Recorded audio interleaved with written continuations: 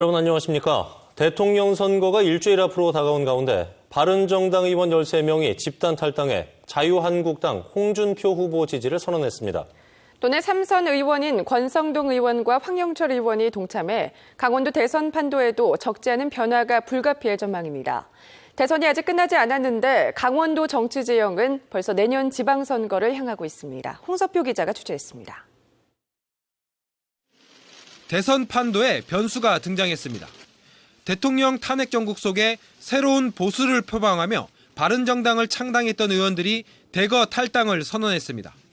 명분은 보수 대통합을 통한 정권 창출과 친북 좌파 패권 세력의 집권 저지입니다.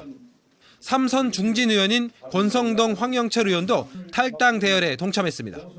대통령 선거를 목전에 둔 상황에서 보수의 대통합과 의미 있는 선거 결과를 만들어내기 위한 많은 요구들이 있기 때문에 이 요구에 부응하기 위해서 어려운 결정을 하게 되었습니다.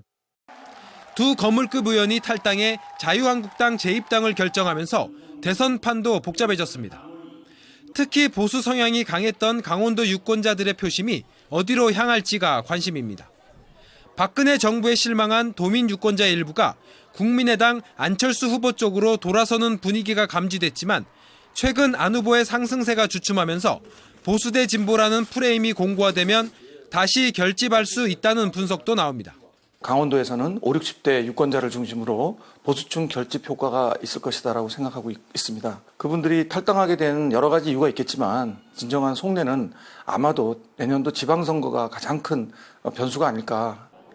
더구나 바른정당이 대선에서 입지를 굳히지 못하면 내년 6월 지방선거에서의 승리도 장담하지 못하기 때문입니다.